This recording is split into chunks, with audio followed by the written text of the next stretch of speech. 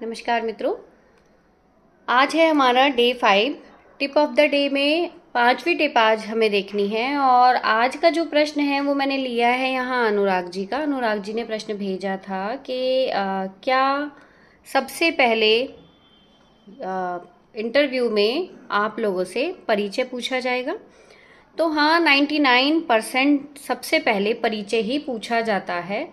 और आगे अब इसमें क्या क्या पूछा जा सकता है वो भी मैं आप लोगों को बता देती हूँ। देखो, इसमें कुछ बिंदु हैं जो मैंने यहाँ नोट किए हैं, मैं बता देती हूँ आप लोगों को। पहला बिंदु जो आप लोगों को याद रखना है, अपना नाम सबसे पहले स्पष्ट रूप से बताना है, ठीक है।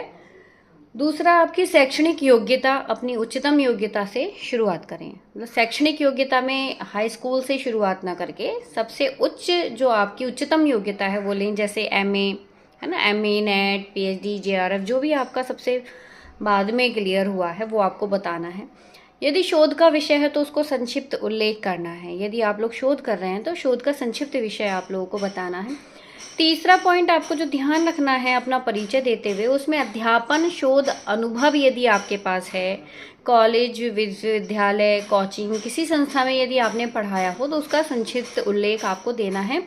यदि नहीं पढ़ाया तो भी आप कोई शोध अगर कर रहे हैं तो उसके बारे में बताना है। यदि शोध पत्र, पुस्तकें, सेमिनार में सहभागिता रही है तो वह भी आपको बताना है।